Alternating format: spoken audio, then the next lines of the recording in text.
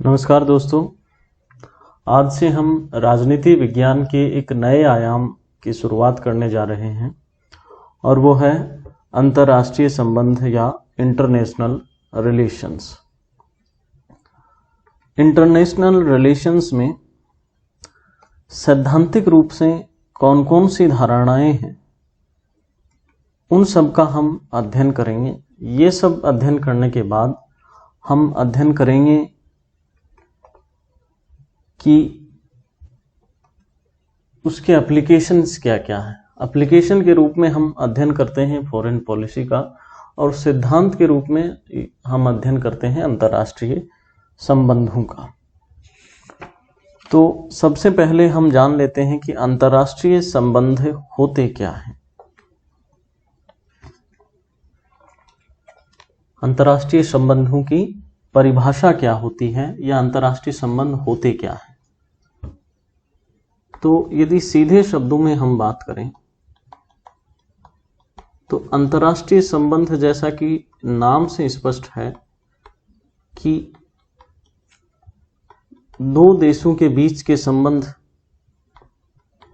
को हम अंतर्राष्ट्रीय संबंध की संज्ञा दे सकते हैं। ये सबसे सरल परिभाषा से हम शुरुआत कर रहे हैं। उदाहरण के लिए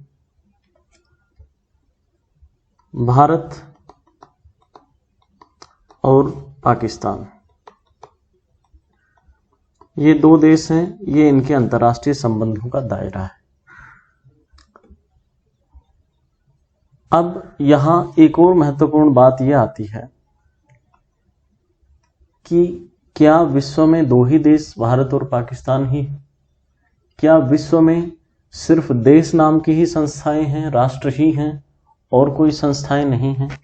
इसलिए अंतर्राष्ट्रीय संबंध यानी भारत पाकिस्तान के संबंध उपसमुच्चय होंगे, यानी एक और सेट के सबसेट होते हैं, और वो सेट होता है बड़ा विश्व राजनीति का। इसे हम कहते हैं विश्व राजनीति या वर्ल्ड पॉलिटिक्स। विश्व राजनीति का एक आयाम होता है अंतर्राष्ट्रीय संबंध, जिसमें भारत पाकिस्तान के संबंध हो, भारत अमेरिका के संबंध हो, भारत रूस के संबंध हो। और दूसरे आयाम इसमें क्या होते हैं? और दूसरा आयाम इसमें हो सकता है कि संयुक्त राष्ट्र संघ या यूनाइटेड नेशन ऑर्गेनाइजेशंस। ये क्या है? तो ये एक वैश्विक संगठन है, यानी दो राष्ट्रों के अलावा विश्व राजनीति में वैश्विक संगठन भी आते हैं। इसके अलावा और क्या हो सकता है? तो इसके अलावा उदाहरण के लिए यूरोपियन यूनियन। ये क्या है? तो ये एक क्षेत्रीय संगठन है। इसी प्रकार सार्क भी हो सकता है, बिम्स्टेक भी हो सकता है, आसियान भी हो सकता है। उदाहरण के तौर पर हम ईयू ले रहे हैं, एक क्षेत्रीय संगठन है।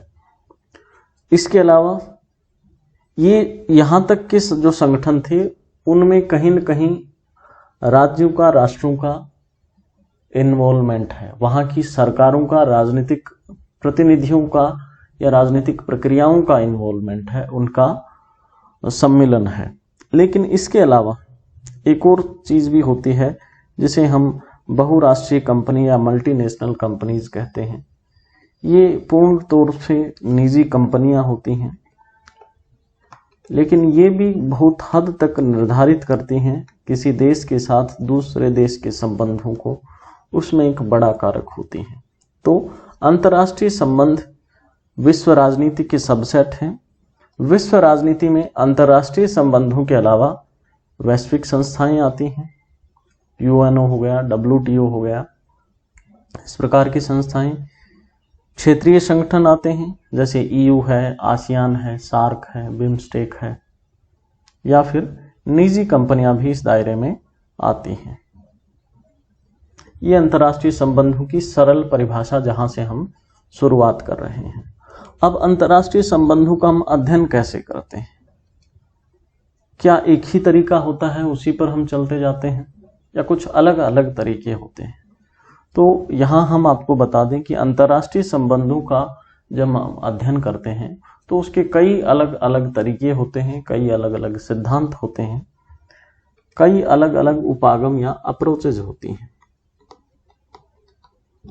जैसे एक सिद्धांत हो सकता है यथार्थवादी, एक सिद्धांत हो सकता है आदर्शवादी, मार्क्सवादी, नारीवादी।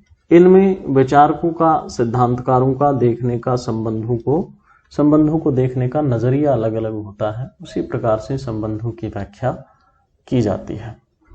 तो उन संबंधों को जानें उससे पहले हम एक और परिभाषा जान लेते हैं कि सिद्धांत या उपागम होता क्या है। सिद्धांत यानी कि थ्योरी और उपागम यानी कि अप्रोचेज।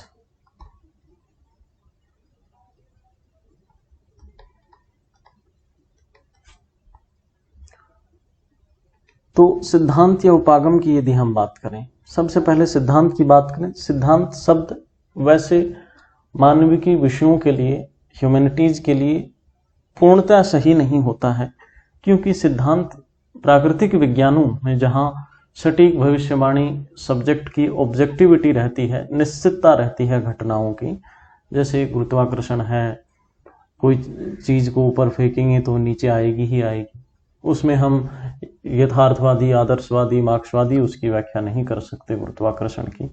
वो सिद्धांत होता है। एक दूसरी चीज होती है अप्रोच।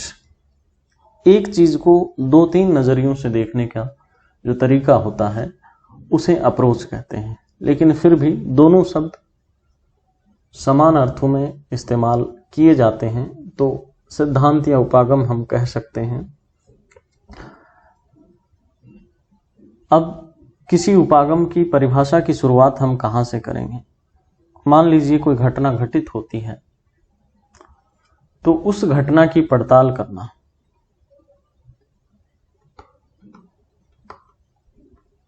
पड़ताल करने में हम उस घटना के कारण जानेंगे, उसके क्या प्रभाव हो सकते हैं उनको जानेंगे।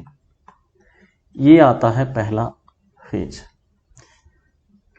उपागम या सिद्धांत, थ्योरी, अप्रोच का पहला काम होता है कि किसी भी घटना के कारण और प्रभाव की जांच करना, उनका पता लगाना और इनकी व्याख्या करना। जैसे उदाहरण के लिए यदि हम अंतर्राष्ट्रीय संबंधों में आते हैं तो भारत चीन की हालिया जो झड़प हुई थी उसको हम ले लेते हैं। तो उसके पीछे क्या कारण रहे और उसके क्या प्रभाव होंगे, यहाँ अलग अलग नजरिए आएंगे। यथार्थवादी कुछ और कारण बताएंगे, आदर्शवादी कुछ और बताएंगे, नैतिकता में कमी थी, राष्ट्राध्यक्षों की कमियां थी या कुछ भी, लेकिन सब अपने अपने तरीके से बताएंगे। मार्क्सवादी उसमें आर्थिक कारण बताएंगे, बुर्जुआ पूंजीपति का जो दृष्टिकोण है वो घुसा देंगे। फिर नारीवादी अपने तरीके से बताएंगे, लेकिन मूल काम होगा कारण और प्रभाव की व्याख्या होगी। ये सबसे पहला काम है। दूसरी चीज, अब उस घटना होने के बाद उसका वजह से भविष्य में क्या हो सकता है, यानी भविष्य का अनुमान लगाना, भविष्यवाणी करना कि भारत चीन की जो अभी परिस्थितियां हैं वो भविष्य में कैसी होंगी। सहयोग बढ़ेगा, युद्ध होगा। यथार्थवादी कहेंगे कि संघर्ष जारी रहेगा, आदर्शवादी या उदारवादी कहेंगे कि व्यापार बढ़ाइए, संघर्ष कम होता जाएगा। मार्क्सवादी कहेंगे कि जब तक पूंजीपति हैं तब तक संघर्ष रहेगा ही रहेगा। वो राष्ट्रों को नहीं बल्कि वर्गों में विभाजित विश्व को देखते हैं। नारीवादी कहेंगे कि महिलाओं का शोषण जब तक जारी रहेगा तब तक युद्ध होते रहेंगे। तो ये अलग अलग तरीके से भविष्य का अनुमान लगाते हैं। फिर उस चीज को, यानी एक घटना को, उसकी सार्वभौमिकता सिद्ध करना, भारत चीन संबंधों की इस व्याख्या को यूनिवर्सल बनाना कि जिस प्रकार के संबंध भारत चीन के मध्य हैं उसमें जो अप्रोच लागू होती है उन्हीं प्रकार के संबंधों में दुनिया में, जैसे चीन जापान में वो व्याख्या लागू हो, चीन वियतनाम में भी वो चीज लागू हो, या फिर किसी और देश जिनमें सीमाई विवाद हो, भारत पाकिस्तान में भी वही चीज लागू होगी, पाकिस्तान अफगानिस्तान में भी वही चीज लागू होगी। तो इस सार्वभौमिकता का दावा करना, ये मुख्य काम होते हैं सिद्धांत या उपागम के। पहली बात कारण प्रभाव का व्याख्या करना, भविष्य का अनुमान लगाना और सार्वभौमिकता, ये 3 मुख्य बिंदु होते हैं सिद्धांत या उपागम के। सिद्धांत उपागम की परिभाषा जानने के बाद हम देखते हैं कि हमें कौन कौन से सिद्धांत या उपागम का अध्ययन करना है। तो इसके लिए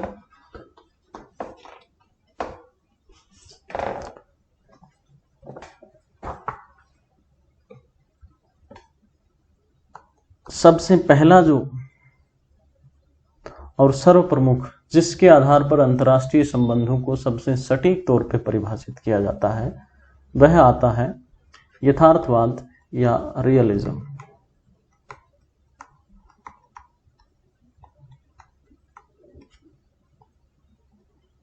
यथार्थवाद में राष्ट्र या राज्य को सबसे प्रमुख माना जाता है और शक्ति राजनीति की बात की जाती है, पावर पॉलिटिक्स की, हथियारों की होड़, युद्ध संघर्ष, ये सभी यथार्थवादी धारणाएं हैं। यथार्थवाद का ही एक नया रूप है नव यथार्थवाद।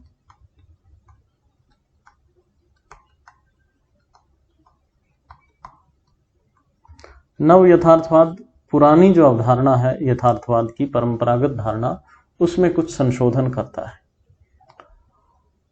फिर नवशास्त्रीय यथार्थवाद भी आता है। दूसरी प्रमुख धारणा जो आती है वो आदर्शवाद, या इसका एक अन्य नाम है उदारवाद।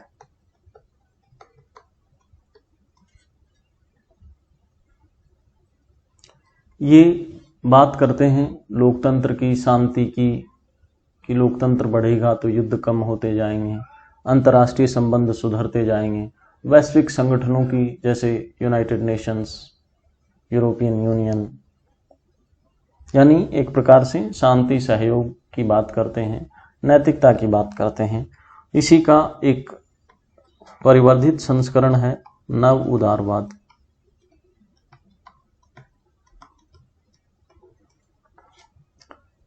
तीसरी महत्वपूर्ण धारणा मार्क्सवाद।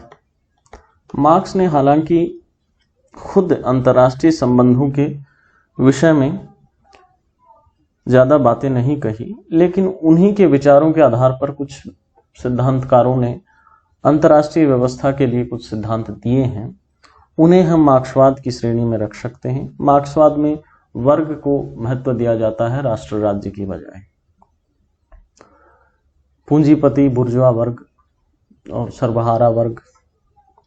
नव मार्क्सवाद में फिर मार्क्सवाद के बाद नव मार्क्सवाद भी आता है। यहाँ नव मार्क्सवादी जो है युवा मार्क्स की बातों में विश्वास रखते हैं। मार्क्स आपने पढ़ा है राजनीतिक विचारकों में, यदि नहीं पढ़ा तो पॉलिटिकल थिंकर्स की हमारी जो प्लेलिस्ट है उसमें जाकर देख सकते हैं आप।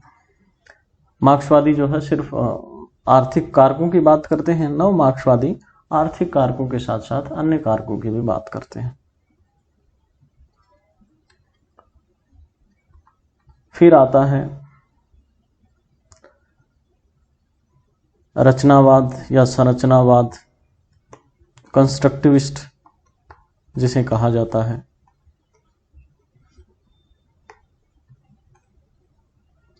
आलोचनात्मक सिद्धांत या क्रिटिकल थ्योरी।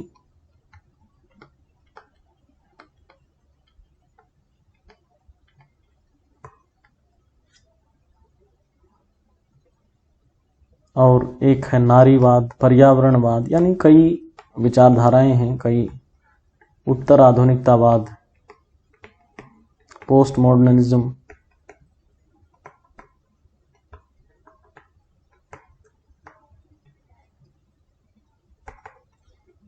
उत्तर आधुनिकतावाद।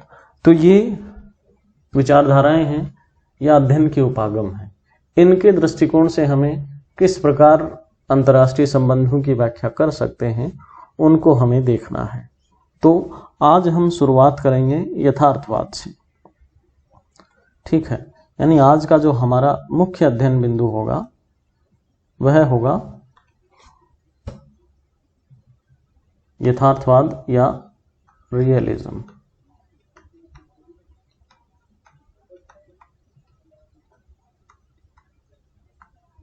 यथार्थवाद।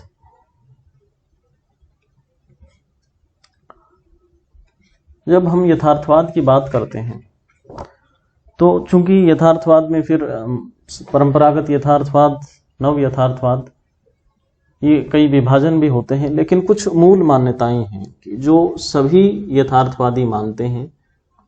यानी यथार्थवादी किसी भी प्रकार का हो, उसकी जो मूल मान्यताएं हैं वो हमेशा समान रहेंगी, और उन मान्यताओं को हम सबसे पहले जान लेते हैं कि मूल मान्यताएं यथार्थवाद की क्या है। यथार्थवादी जो भी होगा वो ये मानेगा कि व्यक्ति का स्वभाव जो है स्वार्थी होता है और लालची होता है।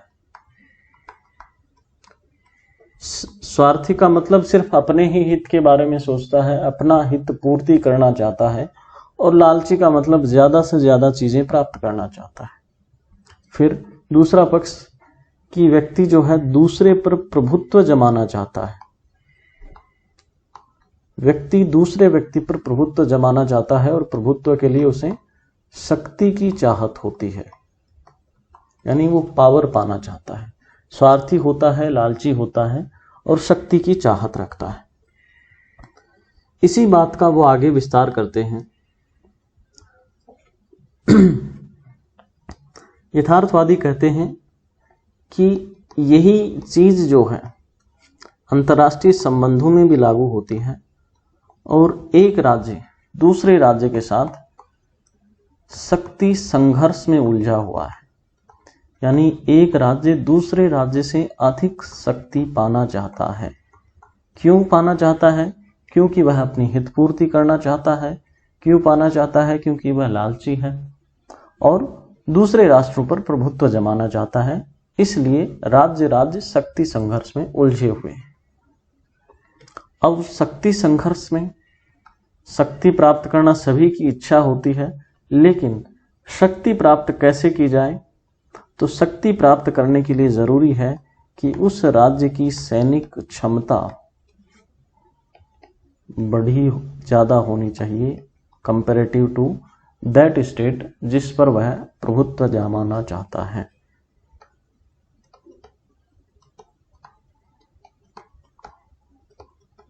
यानी ये जरूरी है कि शक्ति प्राप्त करने के लिए राज्य की सैनिक क्षमता अधिक हो। चौथी बात, यथार्थवादी मानते हैं कि यथार्थवादी क्या मानते हैं? यथार्थवादी मानते हैं कि विश्व अराजकतापूर्ण है। World is anarchy.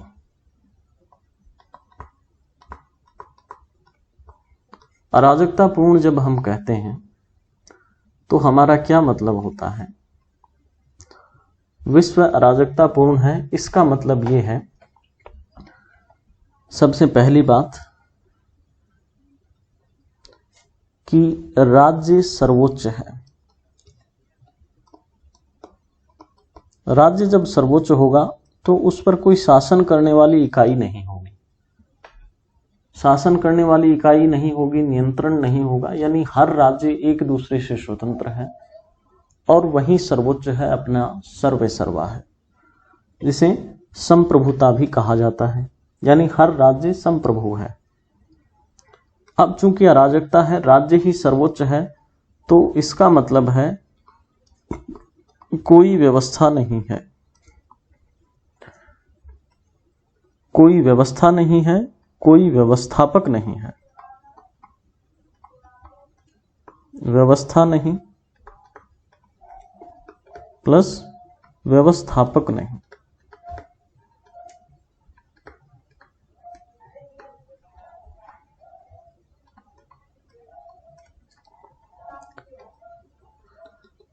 राज्य सर्वोच्च है, दुनिया में कोई व्यवस्था है नहीं, और शक्ति सर्वोच्च है। यानी जिस राज्य, चूंकि कोई व्यवस्था नहीं है, इसलिए जिस राज्य के पास ज्यादा शक्ति है वो दूसरों से अपनी बात मनवाने में सफल हो पाएगा। माइट इज राइट, जिसकी लाठी उसकी भैंस, ऐसा मानना है यथार्थवादियों का। ये यथार्थवादियों की मूल मान्यता है। अब यहाँ कुछ स्कॉलर्स के व्यू भी आते हैं, उनको भी हम जान लेते हैं। एक स्कॉलर हुए हैं, दो स्कॉलर हैं एक्चुअली, वुल्फ एंड कोलंबस।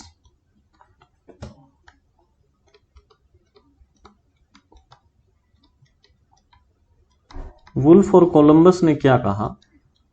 इन्होंने कहा कि अंतर्राष्ट्रीय संबंधों के जो इंटरनेशनल रिलेशंस हैं उनको निर्धारित करने के दो मार्ग हैं। अंतर्राष्ट्रीय संबंध वुल्फ और कोलंबस के हिसाब से दो तरीके से निर्धारित किए जा सकते हैं। पहला तरीका है शक्ति से,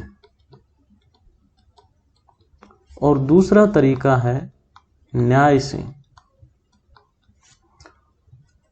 और ये दोनों कहते हैं कि दुनिया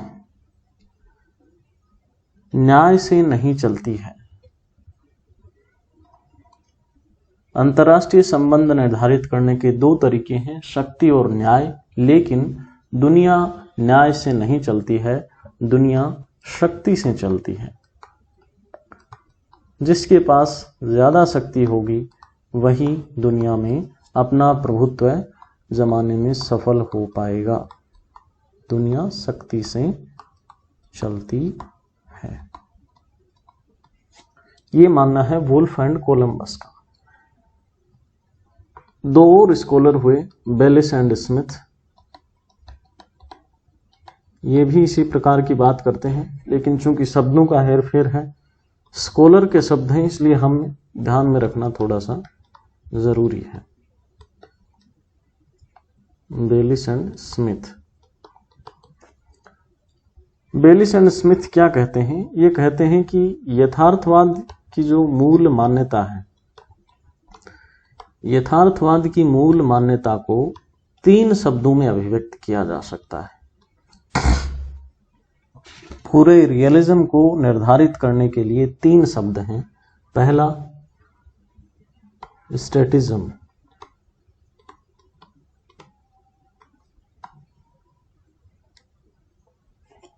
दूसरा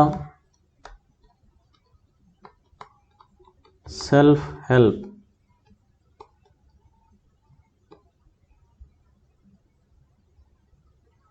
ये हेल्प है, सेल्फ हेल्प, और तीसरा है सर्वाइवल। अब इनका मतलब समझते हैं। स्टैटिज्म का मतलब है कि राज्य ही सर्वोच्च है। वही बात यथार्थवादियों की मूल मान्यता, थोड़ा सा घुमा फिरा के शब्द अलग इस्तेमाल कर दिया। विश्व राज्य केंद्रित है, इसे नाम दिया उन्होंने स्टैटिज्म का। अब चूंकि विश्व राज्य केंद्रित है, इसलिए बेलिस एंड स्मिथ कहते हैं कि कोई भी आपकी रक्षा नहीं करेगा, आपको स्वयं की रक्षा करनी होगी। यानी आपके पास एक ही विकल्प बचता है, और वह विकल्प है आत्मरक्षा का। संयुक्त राष्ट्र संघ आपकी सहायता नहीं करेगा, यूरोपियन यूनियन आपकी सहायता नहीं करेगा, आपको अपनी सहायता खुद ही करनी होगी। उदाहरण के लिए देखें तो रूस ने यूक्रेन से क्रीमिया छीन लिया, संयुक्त राष्ट्र संघ कुछ नहीं कर पाया। तो ये संस्थाएं यथार्थवादियों के अनुसार बेकार की संस्थाएं हैं। क्या उपयोगिता है उसको हम दूसरे नजरिए से बाद में देखेंगे, लेकिन यथार्थवादी नजरिए से कोई भी वैश्विक संस्था किसी भी राष्ट्र को नहीं बचा सकती। राष्ट्र को बचाने का एक ही तरीका है, वो है खुद ही खुद की रक्षा करना। और चूंकि खुद ही खुद की रक्षा करनी है, इसलिए सबसे बड़ा जो सबसे महत्वपूर्ण है वो है सर्वाइवल, यानी अपने अस्तित्व को बचाए रखना। यदि अस्तित्व ही नहीं रहेगा, अस्तित्व का मतलब क्या होता है? अस्तित्व का मतलब होता है भूभाग या ज्योग्राफिकल एरिया, यानी जो आपका ज्योग्राफिकल एरिया है वो आपका अस्तित्व है, उसको आपको बचा के रखना है। यदि उस पर किसी दूसरे राष्ट्र ने कब्जा कर लिया तो समूचा राष्ट्र खत्म हो जाता है, उसका अस्तित्व खत्म हो जाता है। यानी सरल शब्दों में कहें तो जान है तो जहान है, यानी आपका अस्तित्व है तभी तक आप कुछ हैं, तभी तक आपके लिए दुनिया है। यदि आपका अस्तित्व खत्म हो जाएगा तो आपका जहान, दुनिया खत्म हो जाएगी। इसलिए बेलिस एंड स्मिथ के शब्दों में दुनिया राज्य केंद्रित है, आत्मरक्षा आपका एकमात्र विकल्प है और अस्तित्व की रक्षा सबसे महत्वपूर्ण है। ये थे यथार्थवाद की मूल मान्यताएं और Wolf, Columbus and Bayliss and Smith के विचार। अब आगे चलते हैं और यथार्थवाद की जो पहली धारा आती है जिसे हम कहते हैं शास्त्रीय यथार्थवाद या परंपरागत यथार्थवाद।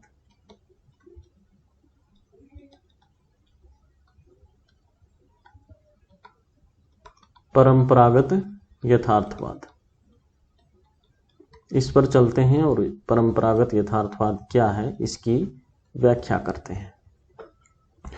परंपरागत यथार्थवाद का सबसे पहला जो व्यवस्थित विचारक था वो था मोर्गेनथाउ, 20वीं सदी में हुआ, 40 के दशक के आसपास। लेकिन उससे पहले भी कुछ विचारक रहे हैं जिनको कहा जाता है यथार्थवाद के पूर्ववर्ती, प्रीकर्सर्स ऑफ रियलिज्म। उनको भी जानना जरूरी हो जाता है। हालांकि इन विचारकों ने अपने विचार स्पष्टतया अंतर्राष्ट्रीय संबंधों के बारे में व्यक्त नहीं किए या यथार्थवाद शब्द का इस्तेमाल नहीं किया, इसलिए इनको वास्तविक यथार्थवादी नहीं माना जाता। वास्तविक यथार्थवादी यथार्थवाद की धारा की शुरुआत जो है मोर्गेनथाउ से होती है, लेकिन कुछ यथार्थवाद के पूर्ववर्ती हैं जिन्हें प्रीकर्सर्स ऑफ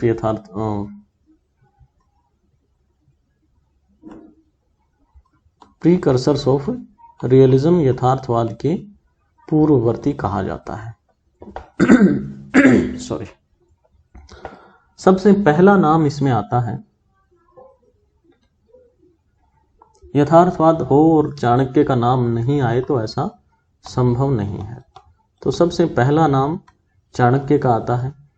जब हमने विचारकों का अध्ययन किया था तो हमने चाणक्य का अध्ययन भी किया था भारतीय विचारकों की श्रेणी में, तो वहां से भी आप देख सकते हैं यहाँ क्या विचार हैं इनके, उनको हम थोड़ा सा संक्षेप में जान लेते हैं। तो चाणक्य कहते हैं चूंकि शक्ति जो है मूल केंद्रीय विषय है यथार्थवादियों का, और चाणक्य कहते हैं कि शक्ति प्राप्त करने के 4 तरीके हैं। शक्ति 4 तरीकों से प्राप्त की जा सकती है और वो तरीके क्या क्या हैं? साम, दाम, भेद और दंड। ये इनका क्रम ऐसे ही रहेगा। साम यानी समझा बुझाकर किसी को अपने पक्ष में मोड़ लेना, दाम यानी कि पैसा देकर, धन देकर किसी को अपने पक्ष में मोड़ना, भेद यानी कि डिवाइड एंड रूल, अंग्रेजों की नीति, भेद से या फूट के जरिए अपने पक्ष में परिस्थिति कर लेना, और सबसे अंतिम विकल्प आता है शक्ति प्रयोग या दंड का प्रयोग। तो ये 4 नीतियां चाणक्य ने बतलाई शक्ति प्राप्त करने के लिए, और चाणक्य ने कहा कि शक्ति प्राप्त करने के लिए जरूरी है कि हमारे पास चतुरंगिणी सेना होनी चाहिए। सेना के 4 विंग। 4 विंग कौन कौन सी? पैदल सेना, घुड़सवार सेना, हाथी सेना और रथों पे सवार सेना, क्योंकि उस समय नौसेना तो होती थी लेकिन युद्ध में भाग नहीं लेती थी, और वायुसेना तो होती ही नहीं थी। तो मूल रूप से चतुरंगी सेना पैदल, घुड़सवार, हाथी और रथ यही काम में लिए जाते थे। तो चाणक्य ने कहा कि राजा जो है चतुरंगिणी सेना से युक्त होना चाहिए। आगे हमने चाणक्य का मंडल सिद्धांत पढ़ा था। यहाँ मंडल सिद्धांत रिवाइज नहीं कर रहे, लेकिन उसका सार बता रहे हैं। मंडल सिद्धांत में अंतर्राष्ट्रीय व्यवस्था का वर्णन करते हुए चाणक्य ने कहा कि दुश्मन, जो आपका जो शत्रु राष्ट्र है, उसका कोई शत्रु है, यानी दुश्मन का दुश्मन, आप दोनों के हित मिलते हैं। क्योंकि आपका दुश्मन एक है, उसको पराजित करना आपका दोनों का हित है, इसलिए दुश्मन का दुश्मन मित्र होता है, और दुश्मन का दोस्त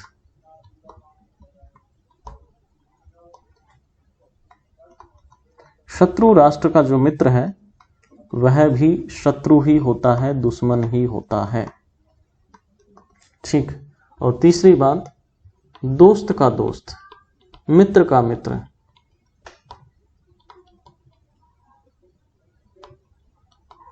मित्र का मित्र भी मित्र की श्रेणी में आएगा। यानी इस प्रकार से संबंधों की परिभाषा चाणक्य दे रहे हैं। ये सभी बातें इन्होंने जिस पुस्तक में लिखी हैं उसका नाम है अर्थशास्त्र। इसमें इन्होंने शासन कला के भी विचार दिए हैं, सभी प्रकार के विचार दिए हैं।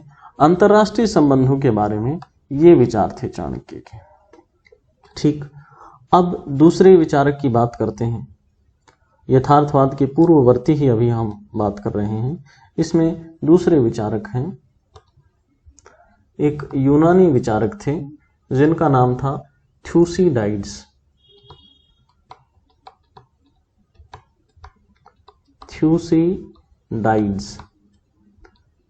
थ्यूसिडाइड्स ने एक पुस्तक लिखी और इनकी पुस्तक का नाम था पेलोपोनेशियन वार।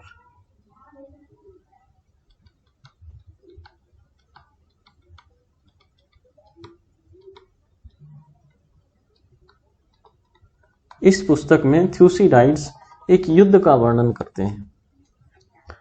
थ्यूसिडाइड्स दो यूनानी नगर राज्यों के बीच युद्ध का वर्णन करते हैं। एक राज्य जिसका नाम था स्पार्टा और दूसरा राज्य था जिसका नाम था मेलोन। इनकी परिस्थितियों का वर्णन करते हुए वो बतलाते हैं कि स्पार्टा में जिस चीज को केंद्रीय महत्व दिया जाता था वो थी पावर या शक्ति।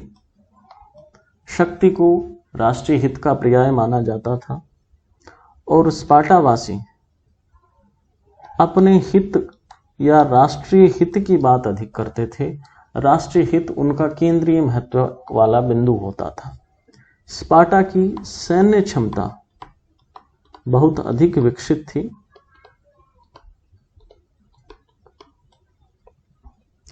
यहाँ यदि हम मेलोन की बात करें तो मेलोनवासी शक्ति की बजाय न्याय को प्राथमिकता देते थे, जस्टिस को प्राथमिकता देते थे।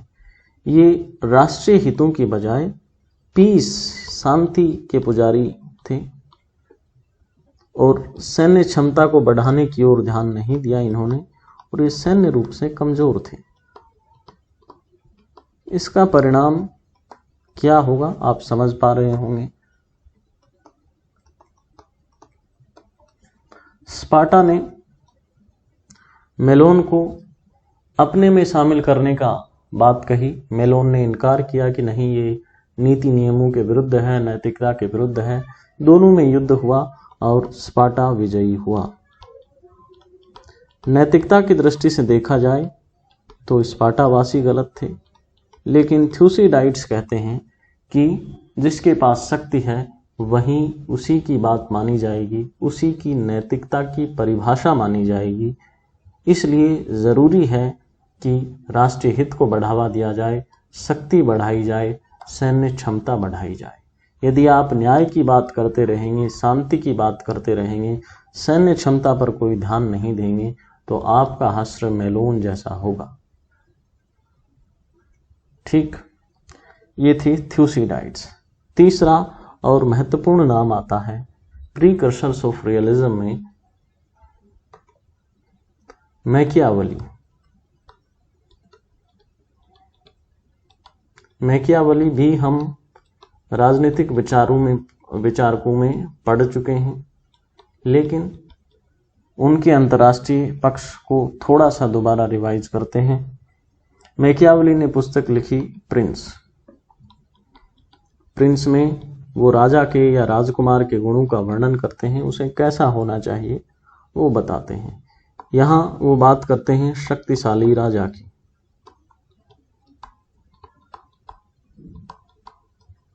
मैकियावली के समय में इटली, चूंकि इटली के विचारक थे मैकियावली, और उस समय इटली जो है पड़ोसी राज्यों से के आक्रमणों से त्रस्त था।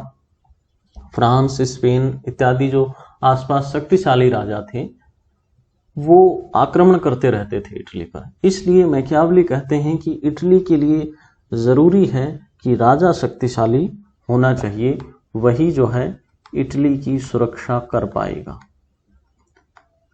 इटली बिखरा हुआ भी था, इटली को एक करने का भी इन्होंने विचार दिया। शक्तिशाली राजा की ये बात करते हैं।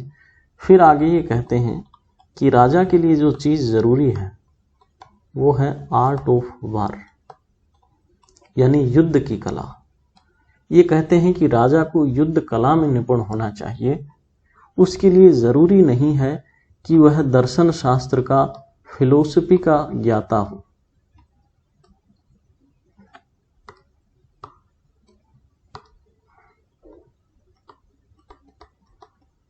फिलोसफी राज्य को नहीं बचाएगी, बल्कि राज्य को युद्ध की कला बचाएगी। इसलिए फिलोसफी का ज्ञान होना जरूरी नहीं है, युद्ध की कला में राजा को निपुण होना चाहिए या राजकुमार को निपुण होना चाहिए।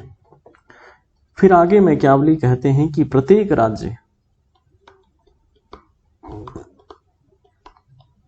राज्य हमारा संभावित शत्रु है। भले ही वह आज हमारे साथ है, मित्रवत व्यवहार कर रहा है, लेकिन भविष्य में संभावना है कि वह हमारे ऊपर आक्रमण करे। इसलिए शक्ति अर्जन करना बहुत जरूरी है। उस समय इटली में एक प्रचलन यह भी था कि राजा अपनी स्वयं की सेना नहीं रखते थे, जमींदारों के या जो नीचे सामंत होते थे उन पर निर्भर करते थे। लेकिन मैकियावली कहते हैं कि सेना राजा की अपनी होनी चाहिए, यानी भाड़े के सैनिकों पर निर्भर नहीं रहना चाहिए। राजा को एक नियमित सेना रखनी चाहिए, उसकी खुद की सेना रखनी चाहिए और उसी के भरोसे पर युद्ध लड़ना चाहिए। ये थे मैकियावली के विचार। एक और प्रमुख विचारक आते हैं, यथार्थवाद के पूर्ववर्तियों की बात हम कर रहे हैं, और चौथे विचारक हॉब्स।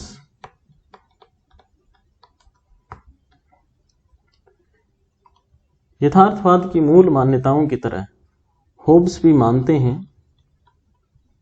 कि व्यक्ति की इच्छा होती है कि वह शक्ति का अर्जन करे, वह यश या कीर्ति का अर्जन करे, और साथ ही साथ यश और कीर्ति का अर्जन करे। ठीक है, शक्ति, यश, कीर्ति कमाना व्यक्ति की इच्छा होती है। ये कहते हैं कि व्यक्ति स्वार्थी होता है। ये भी यथार्थवादियों की मूल मान्यता है।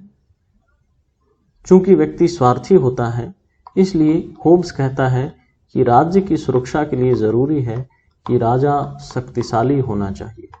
शक्तिशाली राजा ही राज्य के हितों का संवर्धन कर सकता है। और होब्स तो यहां तक कहते हैं कि राजा पृथ्वी पर ईश्वर का अवतार है।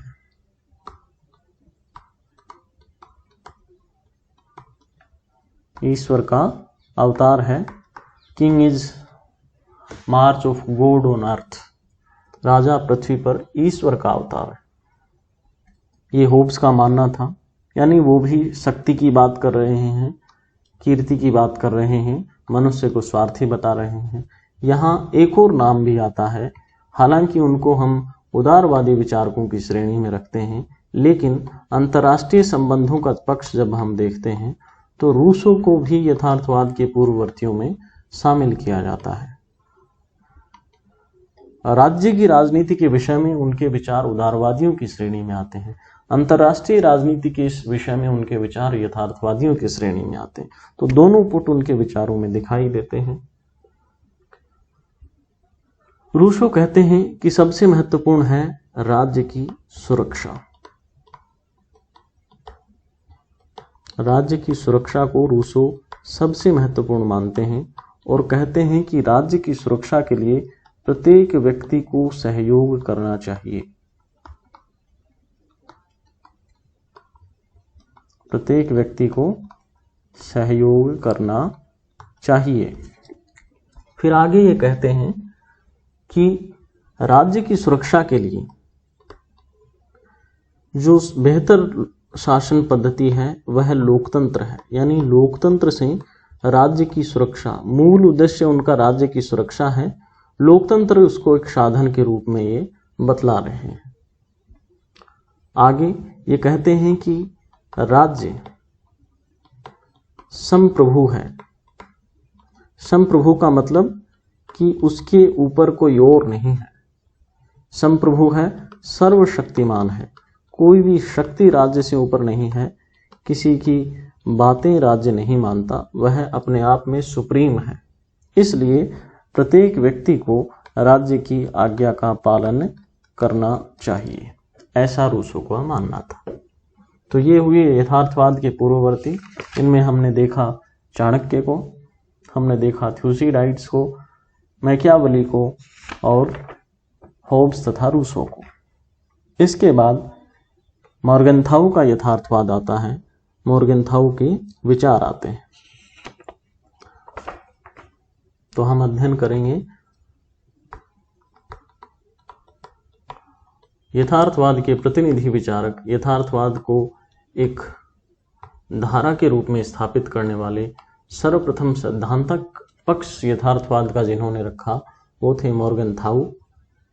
मॉर्गनथाउ की पुस्तक का नाम है पॉलिटिक्स अमंग नेशंस।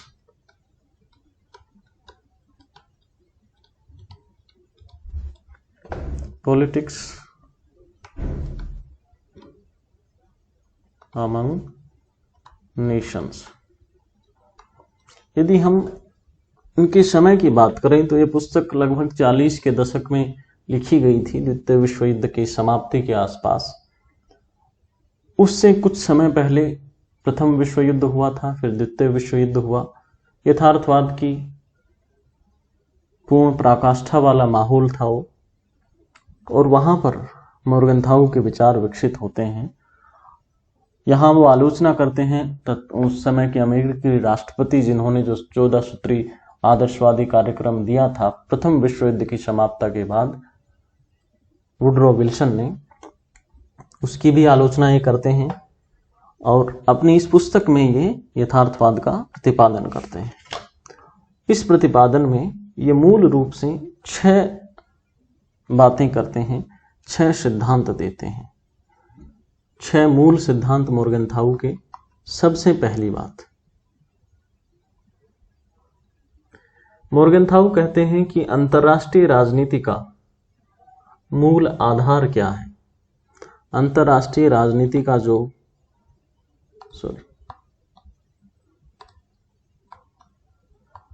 अंतर्राष्ट्रीय संबंधों का मूल आधार या अंतर्राष्ट्रीय राजनीति का मूल आधार है मानव का वस्तुनिष्ठ स्वभाव,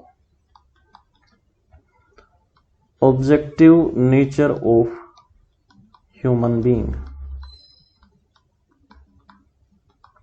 जब हम वस्तुनिष्ठ स्वभाव कहते हैं या ऑब्जेक्टिव बिहेवियर कहते हैं तो हमारा मतलब होता है कि मानव का एक ही स्वभाव है, कोई दूसरा स्वभाव नहीं है। और वस्तुनिष्ठ स्वभाव कौन सा स्वभाव है? तो मोर्गेनथाउ के अनुसार स्वार्थी होना,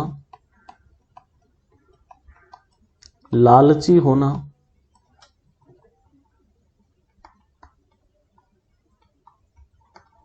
शक्ति प्राप्त करने की इच्छा होना, यही मनुष्य का मूल स्वभाव है। ये एक स्वभाव है मनुष्य का, इसके अलावा और कोई दूसरा स्वभाव मनुष्य का नहीं होता। ये पहली मान्यता है मोर्गेनथाउ की। दूसरी बात, मोर्गेनथाउ कहते हैं कि व्यक्ति ही विराट स्वरूप में राष्ट्र का, समाज का रूप धारण करता है। इसलिए चूंकि व्यक्ति स्वार्थी, लालची और शक्ति प्राप्त करने का इच्छुक है, यानी अपने हितों की पूर्ति करना चाहता है, इसलिए प्रत्येक राज्य का मूल उद्देश्य क्या है?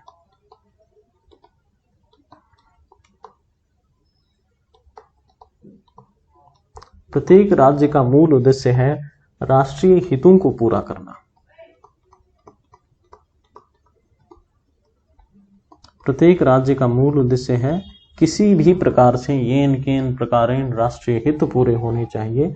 यही प्रत्येक राज्य का विषय है। अब यहां मोर्गेनथाउ राष्ट्रीय हितों में राज्य की शासन प्रणाली कैसी है, क्या वह लोकतांत्रिक है या लोकतांत्रिक नहीं है, इस बात को शामिल नहीं करते। उसकी प्रणाली को शामिल नहीं करते और विचारधारा को भी राष्ट्रीय हित में शामिल नहीं करते। वो कहते हैं कि इन बातों से राष्ट्रीय हित निर्धारित नहीं होता कि आपकी शासन प्रणाली कैसी है, आपकी विचारधारा कैसी है, बल्कि राष्ट्रीय हित एक अलग धारणा है। और राष्ट्रीय हित का मतलब वो क्या बताते हैं? राष्ट्रीय हित को कहते हैं मोर्गेनथाउ कि राष्ट्रीय हित शक्ति का पर्याय है। राष्ट्रीय हित का मतलब है ज्यादा से ज्यादा शक्ति अर्जन। जिस काम से अधिक शक्ति प्राप्त होती है वही उस राष्ट्र का हित है। लेकिन यहां फिर ये सावधान करते हैं कि राष्ट्र हित का संवर्धन कैसे होना चाहिए। तो राष्ट्र हित का संवर्धन क्षमता के अनुसार ही होना चाहिए। यानी कि ऐसा नहीं है कि भारत बिना सोचे समझे, परिणाम की चिंता किए बिना और चीन पर आक्रमण कर दे। हमें अपनी क्षमताओं का आकलन पहले करना चाहिए, उसके बाद ही किसी टेरिटरी को पाने के लिए या किसी अन्य मकसद को पाने के लिए, किसी दूसरे राष्ट्रीय हित को पूरा करने के लिए दूसरे राष्ट्र से उलझना चाहिए, उससे संघर्ष करना चाहिए। पहले अपनी क्षमताओं का आकलन होना चाहिए। अब यहां हम कह रहे हैं कि शासन प्रणाली या विचारधारा का कोई लेना देना नहीं होता राष्ट्रीय हित से। इसको आप इस हिसाब से समझें कि भारत की जो विचारधारा है, लोकतांत्रिक शासन प्रणाली है, सऊदी अरब से, यूएई से मिलती जुलती नहीं है। वो इस्लामिक कंट्री हैं, भारत एक धर्मनिरपेक्ष राष्ट्र है।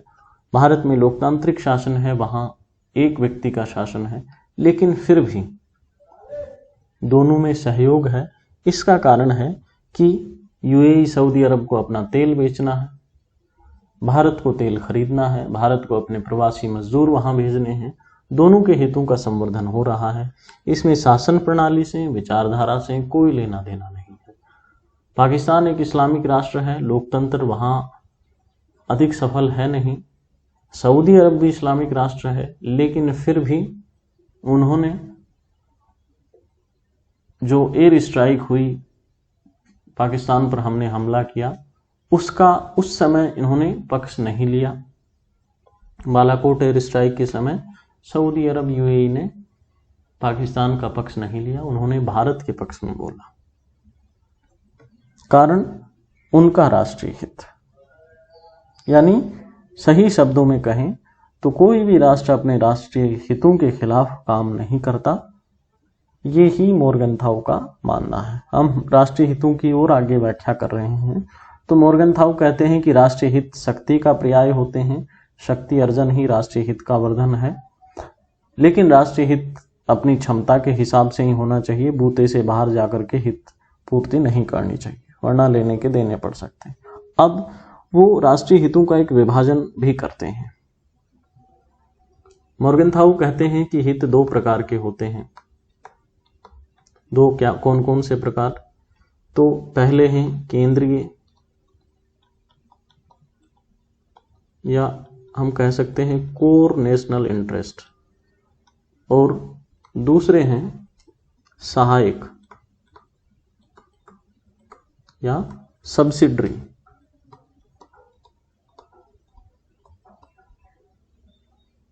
सब्सिडियरी।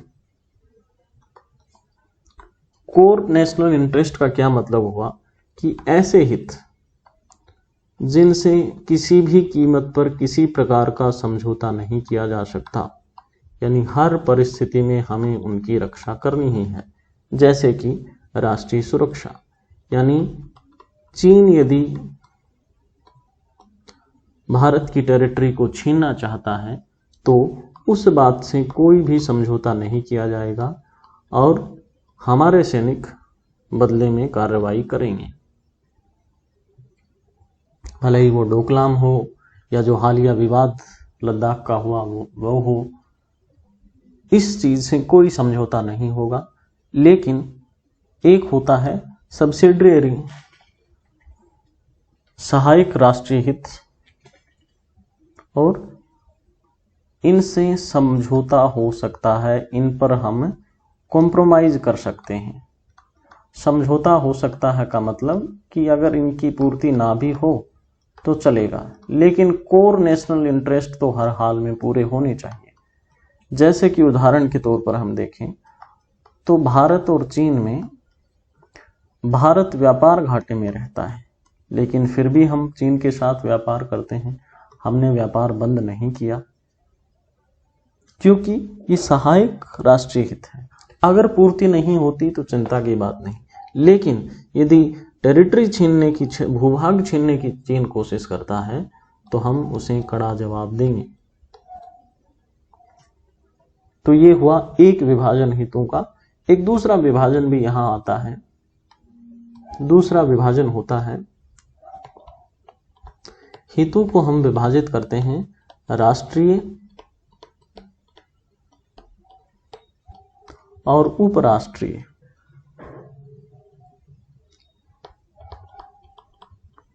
उपराष्ट्रीय या क्षेत्रीय, इसे क्षेत्रीय हित भी कहा जाता है। इसको भी यदि हम उदाहरण के जरिए देखें, ये नेशनल पूरे राष्ट्र का हित है, इसमें हम राष्ट्रीय सुरक्षा को रख सकते हैं, ठीक है। यदि हम उपराष्ट्रीय हित की बात करें तो भारत और बांग्लादेश के बीच वार्ता चली तिस्ता नदी के जल बंटवारे को लेकर के, भारत सरकार सहमत भी हो गई, लेकिन उसके बदले में हमने क्या चाहा? हमने चाहा कि हमें कोलकाता से अगरतला तक पारगमन मार्ग दे दिया जाए। बांग्लादेश सरकार उस पर भी सहमत हो गई। यह उदाहरण है क्षेत्रीय हित का, लेकिन फिर उसमें हालांकि अड़चने आई और दीदी जो है ममता बनर्जी, उनके कारण ये जो है बात नहीं बन पाई, लेकिन हम यहाँ सिर्फ उदाहरण के रूप में हम देख रहे हैं। तो तिस्ता जल बंटवारा जो है एक क्षेत्रीय हित का उदाहरण है, जिसमें हमें पारगमन मार्ग मिलेगा कोलकाता से अगरतला तक। हमें सिलीगुड़ी कॉरिडोर से घूम के नहीं जाना पड़ेगा और सीधा कोलकाता से 300 किलोमीटर सड़क के रास्ते से बांग्लादेश होते हुए हम सीधे अगरतला त्रिपुरा पहुंच जाएंगे। ठीक, ये हित की परिभाषाएं हुई। यानी अभी तक हमने जो देखा, मोर्गनथाउ की मूल मान्यताएं। पहली बात, अंतर्राष्ट्रीय संबंधों का मूल आधार मानव का वस्तुनिष्ठ स्वभाव, मानव स्वार्थी लालची है। दूसरी बात, राज्य का मूल उद्देश्य राष्ट्रीय हित। फिर राष्ट्रीय हित के बारे में हमने बात की, राष्ट्रीय हित का विभाजन बताया। तीसरी बात आती है मोर्गेनथाउ कहते हैं कि राष्ट्रीय हित हमेशा एक जैसे नहीं रहते हैं। राष्ट्रीय हित डायनामिक होते हैं, ये गतिशील होते हैं, वक्त के साथ बदलते रहते हैं। यानी कि एक समय में भारत और रूस बहुत तगड़ी दोस्ती थी, अच्छी दोस्ती थी सोवियत संघ के ज़माने तक। लेकिन फिर सोवियत संघ के या उसके परवर्ती रूस के राष्ट्रीय हित अलग हो गए, थोड़ी बहुत कटुता संबंधों में आई और भारत का ज़्यादा झुकाव अमेरिका की तरफ हो गया। यानी रूस से हित पूर्ति की बजाय अमेरिका की तरफ हमारा ज़्यादा झुकाव हो गया, क्योंकि रूस से हमारा ज़्यादातर आयात निर्यात हथियारों का होता था, ज़्यादातर व्यापार। लेकिन दूसरे व्यापार की भी हमें ज़रूरत है। रूस में हम इतना निर्यात नहीं कर सकते जितनी, क्योंकि रूस की जनसंख्या बहुत कम है। अमेरिका की जनसंख्या काफ़ी ज़्यादा है, वहाँ हमारी चीज़ों का कंजम्पशन, उपभोग संभव है। अमेरिका के साथ व्यापार कर सकते हैं हम, व्यापार का मुनाफा हमें ज़्यादा होता है, व्यापार में अमेरिका को घाटा उठाना पड़ता है क्योंकि हम ज़्यादा निर्यात करते हैं। तो यहाँ हमारे राष्ट्रीय हित सोवियत संघ से शिफ्ट होकर के और अमेरिका की तरफ चले गए। वहीं दूसरी ओर देखें तो सोवियत संघ की पाकिस्तान के साथ बिल्कुल भी नहीं बनती थी, लेकिन रूस और पाकिस्तान के बीच संबंध विकसित हो रहे हैं, सैन्य अभ्यास तक की नौबत आ गई। पहले यदि हम देखें तो भारत और नेपाल के राष्ट्रीय हित एक ही जैसे थे। भारत ही जो है नेपाल का कर्ता धर्ता था, दूसरे देशों के साथ उसके संबंध ना के बराबर थे। जब से वहां सरकार बदली, राजशाही खत्म हुई, साम्यवादी सरकार की स्थापना हुई, तो नेपाल की नजदीकियां जो है चीन के साम्यवादी शासन के साथ बढ़ रही हैं। इसी प्रकार के बदलाव हम देखते रहते हैं। तो कहने का मतलब कि राष्ट्रीय हित गतिशील होते हैं, समय के साथ बदलते रहते हैं। ठीक। चौथी बात, मोर्गेनथाउ कहते हैं कि किसी भी राष्ट्र की जो विदेश नीति है, जो फॉरेन पॉलिसी है, उसका संचालन सिर्फ और सिर्फ नैतिक सिद्धांतों से नहीं होना चाहिए।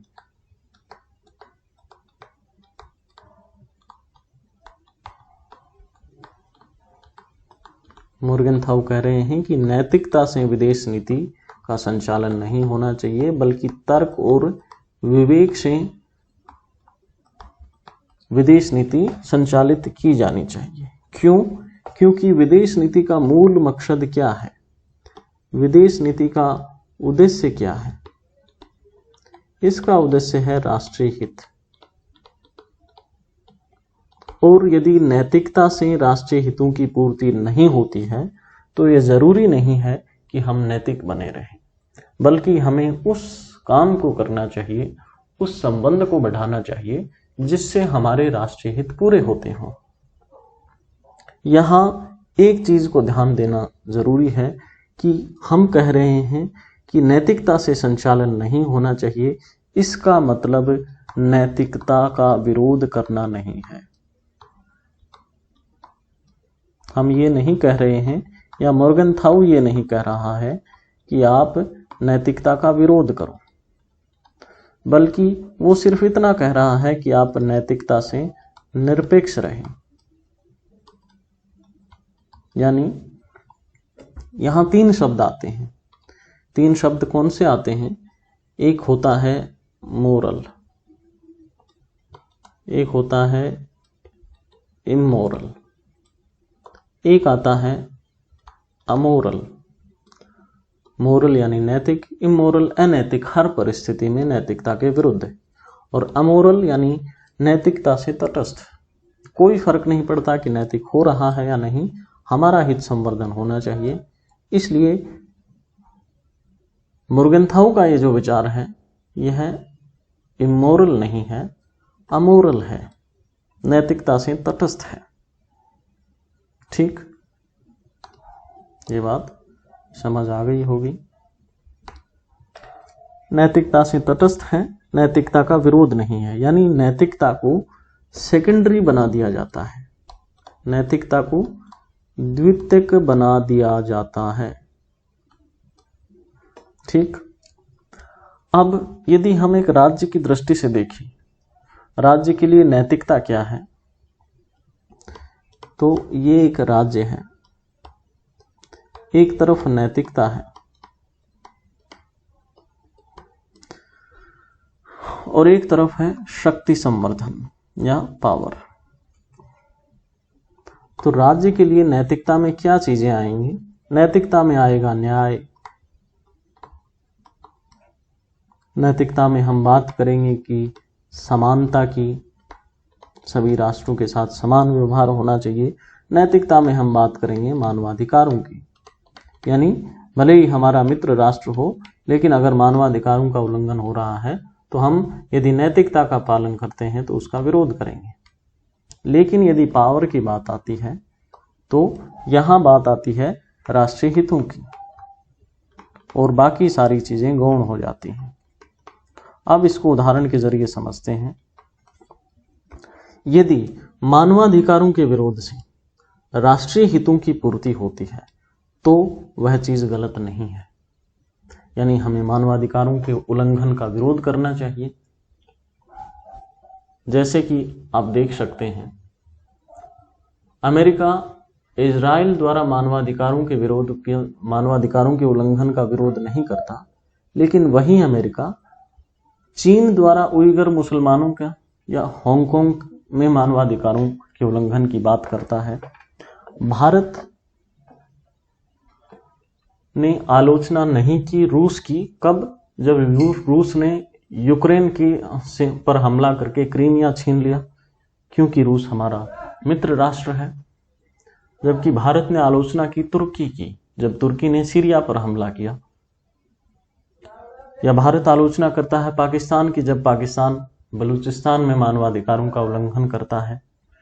तो यदि यहां मॉर्गेनथाउ कह रहे हैं कि यदि नैतिकता बुरी चीज नहीं है, यदि नैतिकता से राष्ट्रीय हित पूरे हो रहे हैं तो आप नैतिकता को राष्ट्रीय हित पूरा करने का साधन बना सकते हैं। लेकिन यदि नैतिकता के पालन से राष्ट्रीय हितों को नुकसान हो रहा है तो हमारे लिए जरूरी नहीं है कि हम नैतिकता के रास्ते पर चलें। हमें नैतिकता से निरपेक्ष होना चाहिए, यानी विदेश नीति नैतिकता से नहीं बल्कि विवेक से संचालित होनी चाहिए। यही कहना है मॉर्गेनथाउ का। यानी वो कह रहे हैं कि राज्य के जो काम है,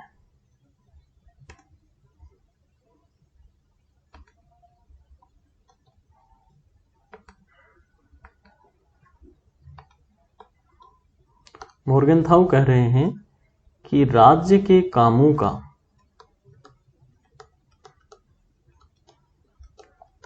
नैतिक मूल्यांकन नहीं होना चाहिए। नैतिकता का मानदंड राज्य पर लागू नहीं होता, खास करके अंतर्राष्ट्रीय संबंधों में, और राज्य को वही काम करना चाहिए जिससे राष्ट्रीय हित को बढ़ावा मिले। मॉर्गेनथाउ ने बल दिया राजनीति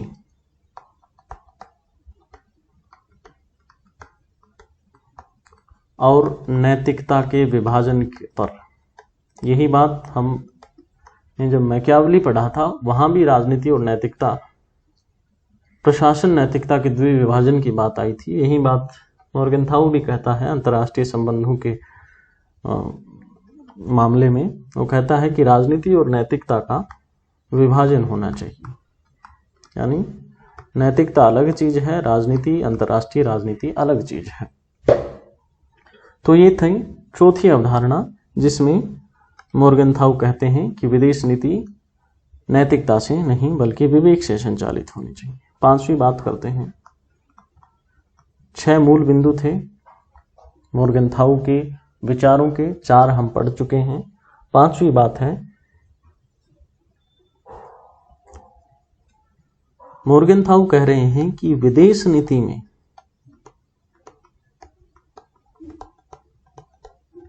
हमें यूनिवर्सल चीजों से सार्वभौमिक सरोकारों की बात नहीं करनी चाहिए। यहां भी वही नैतिकता की बात आती है, सार्वभौमिक सरोकारों की बात नहीं करनी चाहिए कि ये देश, सभी देश इसका पालन करेंगे, बल्कि हमें बात करनी चाहिए राष्ट्रीय हितों की। हमें किसकी बात करनी चाहिए? बल्कि हमें अपने हित बढ़ाने चाहिए। इसको एक उदाहरण से समझते हैं। जब प्रथम विश्व युद्ध खत्म हुआ, यानी फर्स्ट वर्ल्ड वॉर जब खत्म हुआ, तो अमेरिका के राष्ट्रपति थे वुडरो विल्सन। विल्सन ने एक अपना 14 सूत्री कार्यक्रम दिया, और आपने यदि विश्व इतिहास पढ़ा है तो आपको याद होगा कि संयुक्त राष्ट्र का जो पूर्ववर्ती था राष्ट्र संघ, लीग ऑफ नेशंस, उसकी स्थापना हुई ताकि विश्व में दोबारा इस प्रकार के विनाशकारी युद्धों की पुनरावृत्ति नहीं हो। लेकिन हुआ क्या? मुसोलिनी और हिटलर पैदा हो गए। क्यों पैदा हुए? क्योंकि उनका राष्ट्रीय हित अलग था। जो नैतिक बातें विल्सन ने की थी उसको किसी ने नहीं माना। सबने क्या किया कि अपने राष्ट्रीय हित को ही बढ़ावा दिया, और उसका परिणाम हुआ द्वितीय विश्व युद्ध। इसलिए मॉर्गनथाउ कहते हैं कि राजनीति में यदि आप कोई सार्वभौमिक सरोकार, इस प्रकार का 14 सूत्री जैसा कार्यक्रम बनाते हैं सभी के लिए, कि सभी लोग इस प्रकार से व्यवहार करेंगे। इस कार्यक्रम में विल्सन ने क्या कहा था कि कोई गुप्त वार्ताएं नहीं होंगी, एक देश दूसरे देश से युद्ध नहीं करेगा, हम सब मिलजुल कर रहेंगे, शांति से रहेंगे, इस प्रकार की बातें की गई थी। लेकिन किसी ने नहीं माना। जर्मनी, जापान, इटली, सबने अपने अपने तरीके से काम किया और नतीजा द्वितीय विश्व युद्ध के रूप में सामने आया। इसलिए वुडरो विल्सन के अनुसार सार्वभौमिक सरोकारों के बजाय अपने हित पर ज्यादा ध्यान देना चाहिए। अंतिम सिद्धांत, छठी बात मॉर्गनथाउ की। मॉर्गनथाउ कहते हैं कि राजनीति एक स्वायत्त गतिविधि है। स्वायत्त गतिविधि है। स्वायत्त गतिविधि का मतलब क्या हुआ? स्वायत्त गतिविधि है, क्यों है? क्योंकि मॉर्गनथाउ कहते हैं कि राजनीति सबसे ज्यादा महत्वपूर्ण है। यह सबसे महत्वपूर्ण है। Most important thing is politics. और बाकी सारी चीजें इसके नीचे आते हैं। राजनीति किसी से प्रभावित नहीं होती।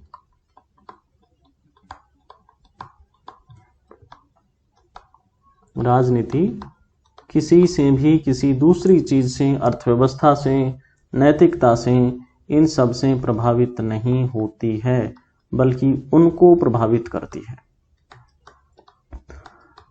ठीक है, यानी विल्सन कह रहे हैं कि यदि हम राजनीति को देखें तो ये किस किस को प्रभावित करती है? राजनीति प्रभावित करती है अर्थव्यवस्था को,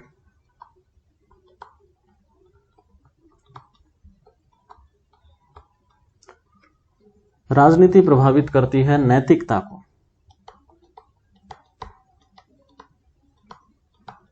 और राजनीति प्रभावित करती है कानून को। ठीक, इसको यदि हम उदाहरण के जरिए समझें तो भारत चीन का हालिया विवाद है। भारत और चीन का व्यापार तो बहुत अच्छे से चल रहा है और करीब 80-85 बिलियन डॉलर का व्यापार हो रहा है, लेकिन क्या उसकी वजह से जो विवाद है वह हल हो पाया है? क्या अर्थव्यवस्था ने राजनीति को प्रभावित किया है? उल्टा उसका हुआ कि जब हालिया विवाद आया तो चीन विरोधी बातें होने लगी और व्यापार प्रभावित हो रहा है, व्यापार धीरे धीरे कम किया जा रहा है, अर्थव्यवस्था प्रभावित हो रही है राजनीतिक कारणों से। नैतिकता की यदि हम बात करें तो अमेरिका विरोध करता है उइगर मुसलमानों के मानवाधिकार उल्लंघन का। अमेरिका विरोध करता है तिब्बत में मानवाधिकारों के उल्लंघन का। वो विरोध नहीं करता खुद के द्वारा ग्वांतानामो बे जेल में जो यातनाएं कैदियों को दी गई, अमेरिका खुले तौर पर पाकिस्तान में बलूचिस्तान में हो रहे मानवाधिकारों के उल्लंघन की भी बात नहीं करता, क्योंकि कुछ हद तक पाकिस्तान के साथ भी उसके संबंध अच्छे हैं, लेकिन वो चीन के साथ उसके संबंध ठीक नहीं हैं। अमेरिका इजराइल का नैतिकता के आधार पर विरोध नहीं करता है, क्योंकि इजराइल उसका दोस्त है।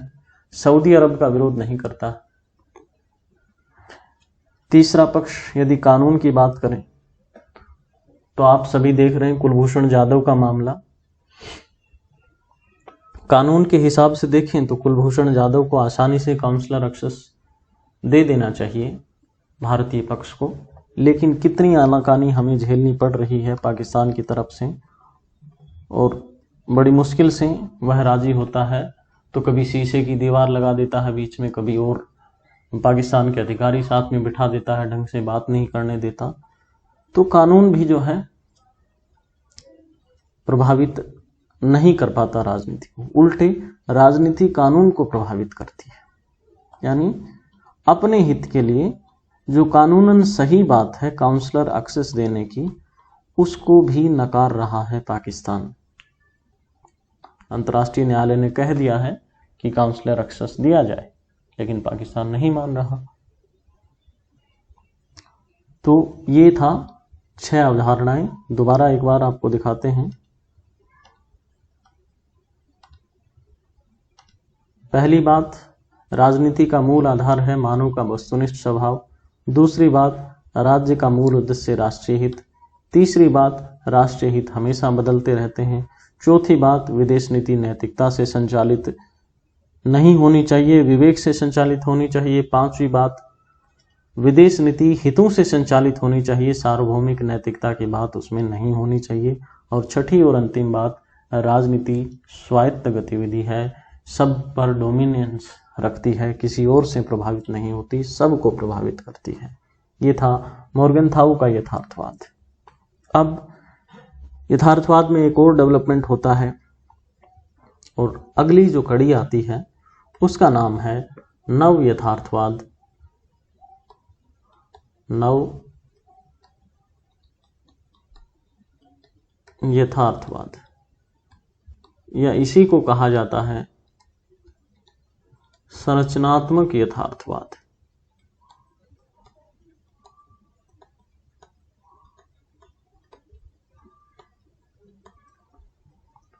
जो शास्त्रीय यथार्थवाद था, परंपरागत यथार्थवाद था, उसके प्रतिपादक थे, सिस्टमेटिक जो थिंकर थे वो थे मॉर्गनथाउ।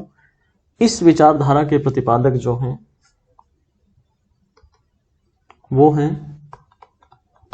कीनथ वॉल्ट, कीनथ वॉल्ट या कीनथ वॉल्ट। किस किताब में? तो इनकी किताब है थ्योरी ऑफ इंटरनेशनल पॉलिटिक्स।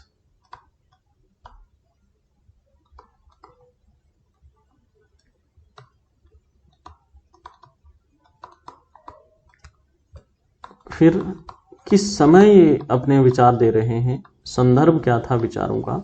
मॉर्गनथाउ ने जब अपने विचार दिए थे तो वो समय था द्वितीय विश्व युद्ध की समाप्ति का काल। और कीनथ वॉल्ट जब अपने विचार दे रहे हैं तो वह समय है शीत युद्ध का समय, शीत युद्ध के बीच का, या कहें कि शीत युद्ध, नया शीत युद्ध शुरू हो चुका था। 1979 में सोवियत संघ ने अफगानिस्तान पर आक्रमण कर दिया था, शीत युद्ध का एक नया दौर शुरू हो गया था। तो इनका जो संदर्भ है वो कोल्ड वार का संदर्भ है, इस परिप्रेक्ष्य में बात कर रहे हैं। और दूसरी बात, उस समय में यानी 1975 के आसपास अमेरिका में एक विचारधारा का प्रभाव बढ़ रहा था, वह विचारधारा थी व्यवहारवाद। व्यवहारवाद का प्रभाव बढ़ रहा था। व्यवहारवाद में क्या होता है? व्यवहारवाद में बल दिया जाता है किसी भी विषय के वैज्ञानिक अध्ययन पर। वैज्ञानिक अध्ययन का मतलब कि अपनी मान्यताएं अधिक महत्व नहीं रखती, बल्कि अनुसंधानों से या परीक्षणों से क्या मिलता है वो ज़्यादा महत्वपूर्ण होता है, प्रयोगों से क्या प्रमाणित होता है। यानी व्यवहारवाद किसी भी विषय के वैज्ञानिक अध्ययन की बात करता है और व्यवहारवाद तथ्यों की बात करता है, फैक्ट्स, ना कि मूल्यों की। यानी ये मूल्यों की बात नहीं करता, तथ्यों की बात करता है, फैक्ट्स की बात करता है, वैल्यूज की बात नहीं करता। कीनेथ वाल्स का जो यथार्थवाद है ये अंतर्राष्ट्रीय संरचना को आधार बना करके और अपने विचार व्यक्त करता है, इसलिए इसे संरचनात्मक यथार्थवाद भी कहा गया। और इस संरचना की जो मूल इकाई कीनेथ वाल्ट मानते हैं, अंतर्राष्ट्रीय राजनीति का मूल तत्व, कीनेथ वाल्ट कहते हैं कि मूल तत्व है राज्य या स्टेट। ठीक, इसके आगे वो कहते हैं कि स्टेट अंतर्राष्ट्रीय राजनीति का मूल तत्व है, लेकिन प्रत्येक राज्य की जो क्षमता है, उसकी जो कैपेसिटी है, कैपेबिलिटी है, वो अलग अलग है। राज्य की क्षमता अलग अलग है। और जब क्षमता की बात कीनेथ वाल्ट करते हैं तो यहां मॉर्गनथाउ क्षमता में, या जो शास्त्रीय उदारवादी थे, शास्त्रीय यथार्थवादी थे, वो क्षमता में सिर्फ सैन्य क्षमता को शामिल करते हैं, जबकि कीनेथ वाल्ट सैन्य क्षमता तो शामिल करते हैं ही, सैन्य क्षमता के साथ वो देश आर्थिक रूप से कितना सबल शक्तिशाली है, वहाँ प्रशासन कैसा है, यानी और सभी फैक्टर जो है वो भी शामिल करते हैं। सभी प्रकार, यानी सैन्य क्षमता हार्ड पावर के साथ साथ ये जो सॉफ्ट पावर है इसकी भी बात वो कर रहे हैं। और वो कहते हैं कि सभी की क्षमताएं अलग अलग होती हैं। फिर आगे वो कहते हैं कि चूंकि विश्व में राज्य सर्वोच्च है, मूल इकाई राज्य है, और यही मूल इकाई जो है वो सर्वोच्च है खास करके। और इन सर्वोच्च इकाइयों में भी कौन सर्वोच्च है? जो शक्तिशाली राज्य है, शक्ति संपन्न राज्य है। और यहाँ शक्ति का अर्थ थोड़ा बदल गया है मॉर्गनथाउ के बजाय। शक्ति में सभी प्रकार की क्षमताएं ये शामिल कर रहे हैं, आर्थिक क्षमता, सैन्य क्षमता, सभी क्षमताएं। कहते हैं राज्य सर्वोच्च है, खास करके शक्तिशाली राज्य ही सर्वोच्च है, और राज्य पर कोई नियंत्रणकारी इकाई नहीं है, किसी का कंट्रोल राज्य पर नहीं होता है, उससे ऊपर कोई कंट्रोलिंग अथॉरिटी नहीं है, नियंत्रणकारी शक्ति नहीं है। अब चूंकि किसी का नियंत्रण नहीं है, इसलिए दुनिया का एकमात्र कानून क्या है?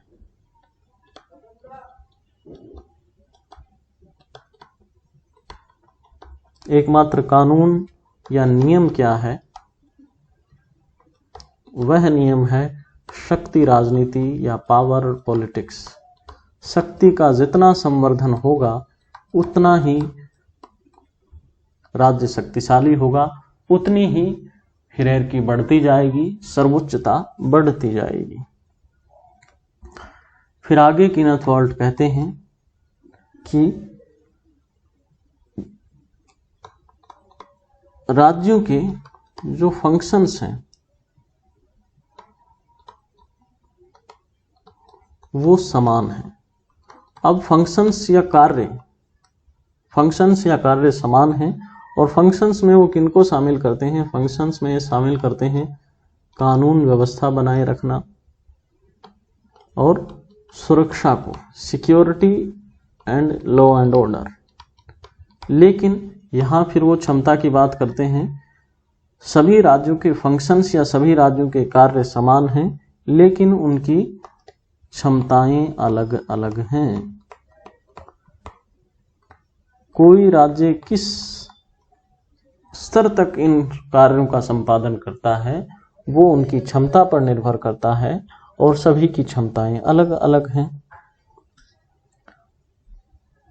सभी राज्यों का एक मूल काम है सुरक्षा बनाए रखना, ठीक है। और कीनेथ वोल्ट कहते हैं कि प्रत्येक राज्य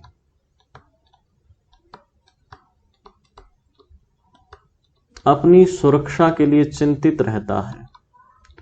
प्रत्येक राज्य को यह चिंता रहती है कि उसकी सुरक्षा बनी रहे हर हाल में, उसका भूभाग सुरक्षित रहे, उसके राष्ट्रीय हित सुरक्षित रहे। और ये चिंता क्यों होती है? चिंता इसलिए होती है क्योंकि राज्यों में अविश्वास है। राज्यों में अविश्वास है, और अविश्वास का मूल कारण क्या है? अविश्वास का मूल कारण है धोखेबाजी या चीटिंग। उदाहरण के लिए हम देखें तो जब भारत आजाद हुआ था 1947 में, तो चीन ने यह स्वीकारा था कि भारत और चीन का कोई भी सीमा विवाद नहीं है। लेकिन फिर 1962 तक आते आते परिस्थितियां बदल गई। भारत ने अपनी सैन्य क्षमता को बढ़ावा नहीं दिया, चीन ने अपनी सैन्य क्षमता को बढ़ाया और ये क्लेम किया कि अरुणाचल प्रदेश और लद्दाख हमारा है। भारत पर हमला किया, भारत को एक युद्ध झेलना पड़ा और कुछ भूभाग भी चीन ने कब्जा कर लिया। यानी चीन ने सही शब्दों में कहें तो धोखेबाजी की। इस वजह से आज तक चीन के साथ एक अविश्वास का भाव पाया जाता है और भारत अपनी सुरक्षा के लिए चिंतित रहता है। इसलिए हम लोग क्या करते हैं कि हथियारों का आयात, S-400 का आयात रूस से, अमेरिका से होवित्जर तोपों का आयात, फ्रांस से राफेल का आयात, ये सभी काम क्यों हो रहे हैं? क्योंकि हम अपनी सुरक्षा के लिए चिंतित हैं। क्यों चिंतित हैं? क्योंकि हमारा विश्वास नहीं है चीन पर, पाकिस्तान पर। हमारे साथ भूतकाल में धोखेबाजी हो चुकी है। ये मूल मान्यता है कीनेथ वोल्ट की। आगे कीनेथ वोल्ट कहते हैं कि इस दुनिया में अराजकता है, और अराजकता का मतलब हमने आप मूल मान्यता जब बताई थी तब बताया था, यानी राज्य सर्वोच्च है, कोई व्यवस्था नहीं है और शक्ति सर्वोच्च है, यानी जिसके पास पावर है, माइट इज राइट, जिसकी लाठी उसकी भैंस। सबसे ऊपर राज्य है, राज्यों में सबसे ऊपर वो है जिसके पास ज्यादा शक्ति है। यानी अराजकता है विश्व में, और इस अराजकता में हर राज्य क्या करता है? लाभ उठाना चाहता है। लाभ कैसे उठाता है? लाभ उठाने के लिए वो रिलेटिव गेन के सिद्धांत में विश्वास करता है। रिलेटिव गेन का मतलब है, इसके दो मतलब हैं। पहला मतलब अपना हित बढ़ाना,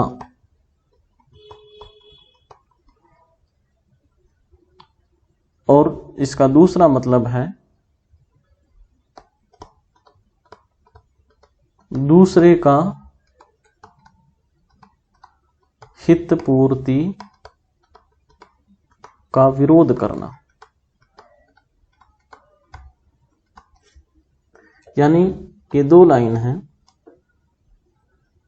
इनमें एक तरीका है कि मुझे आगे जाना है, ये मेरी लाइन है, मैं आगे जाना चाहता हूं। एक तरीका है कि मैं अपनी लाइन को यहां तक बढ़ा देता हूं। दूसरा तरीका है कि मैं इस लाइन को छोटा कर देता हूं। ठीक, तो ये दोनों ही तरीके अंतर्राष्ट्रीय राजनीति में इस्तेमाल होते हैं। अपना हित भी बढ़ाते रहते हैं और दूसरे के हित का विरोध भी करने की बात होती रहती है।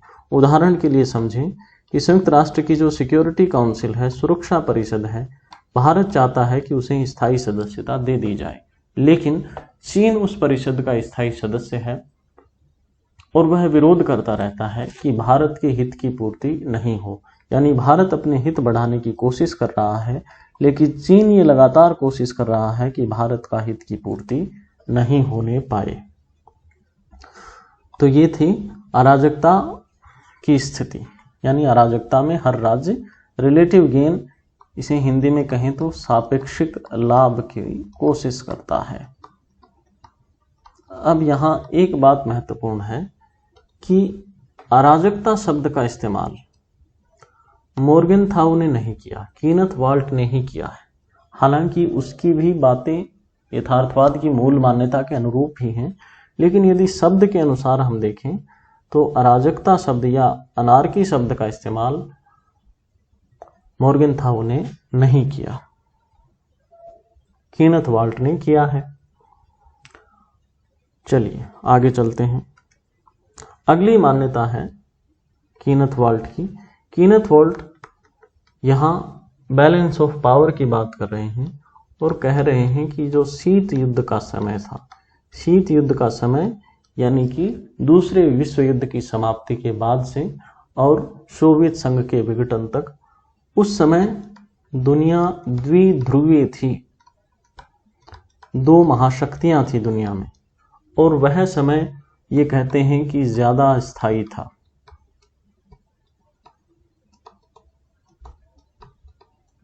वर्तमान युग की बजाय जहां बहुध्रुवीयता या कहें कि एकमात्र महाशक्ति ही 2010 तक कहा जाता है कि 1990 से 2010 तक सिर्फ एक अमेरिका महाशक्ति थी, और 2010 के बाद बहुध्रुवीयता का दौर शुरू हो गया है, जिसमें चीन, भारत, रूस इत्यादि महाशक्तियां भी उभरने लगी हैं।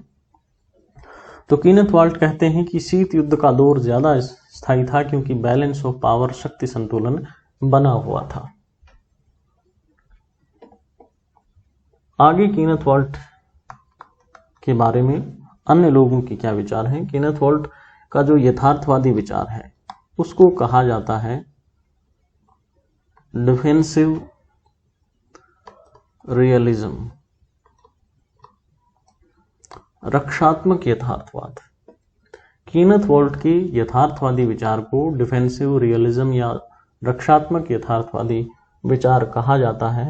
रक्षात्मक यथार्थवादी विचार का मतलब ये हुआ कि राज्य की चिंता क्या है। राज्य की चिंता अपनी सुरक्षा बनाए रखना है। एक इसकी विपरीत धारा आती है, रक्षात्मक यथार्थवाद की विपरीत धारा, जिसके मर्साइमर प्रतिपादक हैं, जिसको हम नेक्स्ट वीडियो में पढ़ेंगे। मर्साइमर कहते हैं कि ज्यादा से ज्यादा शक्ति, न सिर्फ सुरक्षा बल्कि सुरक्षा से अधिक शक्ति, वो आक्रामक यथार्थवाद है। कीनथ वाल्ट कहते हैं कि अपनी सुरक्षा महत्वपूर्ण है, ये डिफेंसिव रियलिज्म है। और इसी सुरक्षा के लिए शक्ति अर्जन, यानी इसी सुरक्षा प्राप्ति के लिए शक्ति अर्जन हो, उतना ही, इसलिए इसको डिफेंसिव रियलिज्म कहते हैं। कीनथ वाल्ट आगे कहते हैं कि राज्य का जो निर्णय होता है सदैव तार्किक होता है, यानी राज्य कभी भी भावनात्मक रूप से नहीं सोचता, नैतिक मानदंडों के आधार पर नहीं सोचता, वो हमेशा राष्ट्रीय हितों के हिसाब से निर्णय लेता है। राष्ट्रीय हित यानी विवेक से निर्णय लेता है, और विवेक से निर्णय लेना चाहिए। तार्किकता ही महत्वपूर्ण होती है, नैतिकता या मानवीय मूल्य अंतर्राष्ट्रीय संबंधों में महत्वपूर्ण नहीं होते, महत्वपूर्ण होता है राष्ट्रीय हित। ये इनके इन प्रकार राष्ट्रीय हित का संवर्धन हो, यही जरूरी होता है।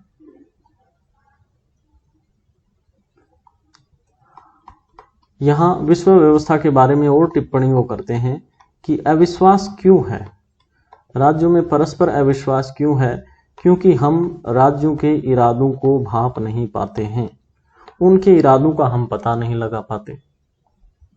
अब हमें कहाँ पता था कि चीन लद्दाख में इतना आगे तक बढ़ाएगा, हम उनके इरादों को भांप नहीं पाए, इस वजह से भारत और चीन में अविश्वास है। कभी नहीं पता कि कब चीन जो है भारत पर हमला कर दे, इसलिए हमें जरूरी है कि हम ज्यादा से ज्यादा अपनी सुरक्षा बढ़ाते रहें। यानी हमारे पास, ये कहते हैं कि इरादों को तो हम भांप नहीं सकते, हमारे पास एक ही विकल्प बचता है, और वो विकल्प क्या है? वह विकल्प है क्षमता बढ़ाना, क्षमता बढ़ाते जाना। यानी आज S-400 लिया है, कल रफाल आएंगे और भी इसी प्रकार के हथियार वगैरह आते रहेंगे, एक उदाहरण के तौर पर यदि हम देखें तो ये था कीनेथ वॉल्ट का यथार्थवाद। मॉर्गेनथाउ का यथार्थवाद देखा, यानी मॉर्गेनथाउ का यथार्थवाद, कीनेथ वॉल्ट का नव यथार्थवाद या संरचनात्मक यथार्थवाद।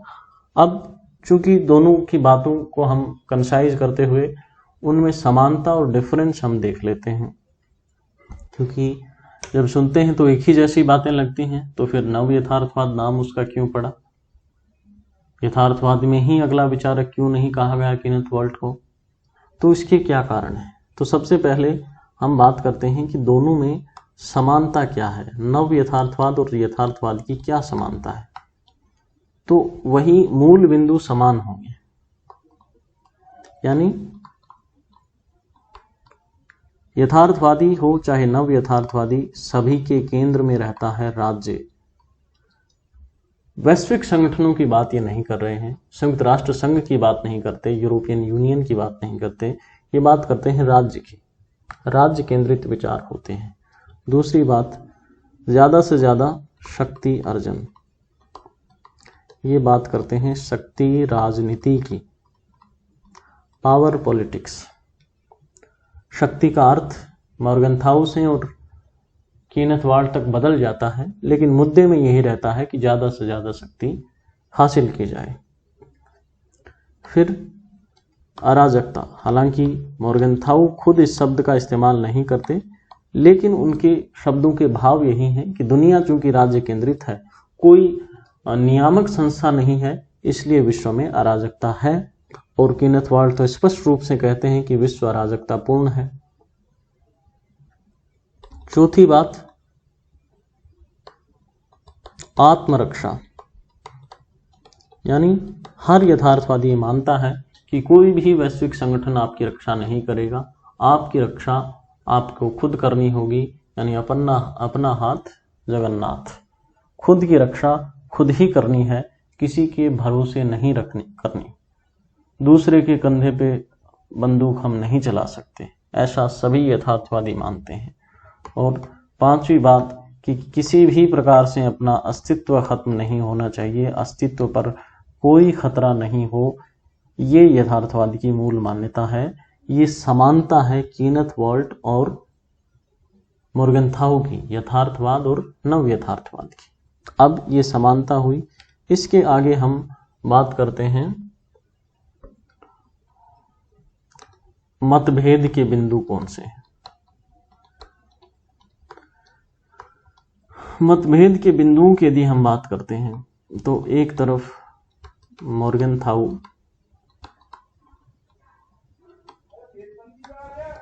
और दूसरी तरफ है कीनेथ वॉल्ट।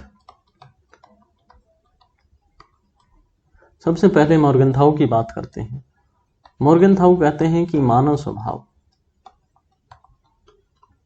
जैसा है वैसे ही राज्य होते हैं, यानी मानव स्वार्थी लालची है, इसलिए राज्य स्वार्थी लालची हैं। मानव शक्ति अर्जित करना चाहता है, इसलिए राज्य भी शक्ति अर्जित करना चाहता है। लेकिन यहाँ कीनेथ वॉल्ट क्या कहते हैं? कीनेथ वॉल्ट कहते हैं कि अंतर्राष्ट्रीय संरचना ऐसी है। अंतर्राष्ट्रीय संरचना कैसी है? अंतर्राष्ट्रीय संरचना में अराजकता है, कोई कंट्रोलिंग अथॉरिटी नहीं है, किसी का किसी पर कोई जोर नहीं है, इसलिए राज्यों में एक असुरक्षा की भावना जन्म लेती है, इनसिक्योरिटी का माहौल पैदा होता है। और इस असुरक्षा की भावना में राज्य के पास एक ही विकल्प बचता है कि वह अपनी शक्ति बढ़ाए, शक्ति बढ़ाता रहे, ताकि जो प्रतिस्पर्धी राष्ट्र हैं उनके बराबर स्थिति में खड़ा रहे। यानी मॉर्गेनथाउ कह रहे हैं मानव के व्यवहार को राज्य के व्यवहार से जोड़ते हैं, वहीं कीनेथ वॉल्ट अंतर्राष्ट्रीय संरचना को अराजकतापूर्ण बताते हुए और शक्तिवर्धन की मजबूरी बताते हैं कि इसलिए राष्ट्र के सामने एक ही विकल्प है। मॉर्गेनथाउ की पद्धति को हम कह सकते हैं आगमनात्मक, इंडक्टिव मेथड। आगमनात्मक पद्धति, निगमनात्मक पद्धति हमने पढ़ी है प्लेटो अरस्तु जब हमने पढ़े थे राजनीतिक विचारकों में। इस आगमनात्मक पद्धति का क्या होता है कि एक पर्टिकुलर बात से उसको जनरल वे बना देना, यानी कि दिल्ली में प्रदूषण है तो पूरे भारत में प्रदूषण है। मानव स्वार्थी है तो राज्य भी स्वार्थी है, क्योंकि राज्य भी मानव से मिलकर बनता है। ये पद्धति है आगमनात्मक पद्धति। कीनेथ वॉल्ट इसके विपरीत संरचनात्मक पद्धति बतलाते हैं। अब मॉर्गनथाउ क्या कहते हैं कि शक्ति ही साधन है, शक्ति ही साध्य है, साधन भी यही है। वहीं कीनेथ वॉल्ट कहते हैं कि शक्ति साध्य नहीं है, शक्ति सिर्फ साधन है। और साध्य क्या है? राज्य सुरक्षित रहे, आत्मरक्षा और अस्तित्व की रक्षा, ये साध्य है। शक्ति प्राप्त करना कोई साध्य नहीं है, कोई अंतिम लक्ष्य नहीं है। तो ये मूल मतभेद था। यानी कीनेथ वॉल्ट मॉर्गनथाउ मनुष्य के व्यवहार का विराट स्वरूप राज्य को बताते हुए कहते हैं कि राज्य भी वैसा ही है जैसा मनुष्य है, जबकि कीनेथ वॉल्ट अंतर्राष्ट्रीय संरचना की दुहाई देते हुए शक्तिवर्धन की मजबूरी बतलाते हैं। अब यहां इसको उदाहरण से समझते हैं। मान लीजिए भारत ने परमाणु परीक्षण किया 1998 में, पाकिस्तान ने भी परमाणु परीक्षण किया 1998 में। अब मॉर्गनथाउ इसकी व्याख्या किस प्रकार से करेगा? मॉर्गनथाउ इसकी व्याख्या इस प्रकार से करेंगे कि नवाज शरीफ स्वार्थी थे, अटल बिहारी वाजपेयी भी स्वार्थी थे, इसलिए दोनों को शक्ति की चाह थी और दोनों ने परमाणु परीक्षण किया। कीनेथ वॉल्ट इसकी व्याख्या किस प्रकार करेंगे? कीनेथ वॉल्ट कहेंगे कि उस समय का जो अंतर्राष्ट्रीय संरचना थी, अराजकता थी, भारत को पाकिस्तान से भय था, पाकिस्तान को भारत से भय था, इसलिए दोनों ने आत्मरक्षा में शक्तिवर्धन किया, दोनों ने परमाणु परीक्षण किया। इसी को भारत चीन के उदाहरण से समझें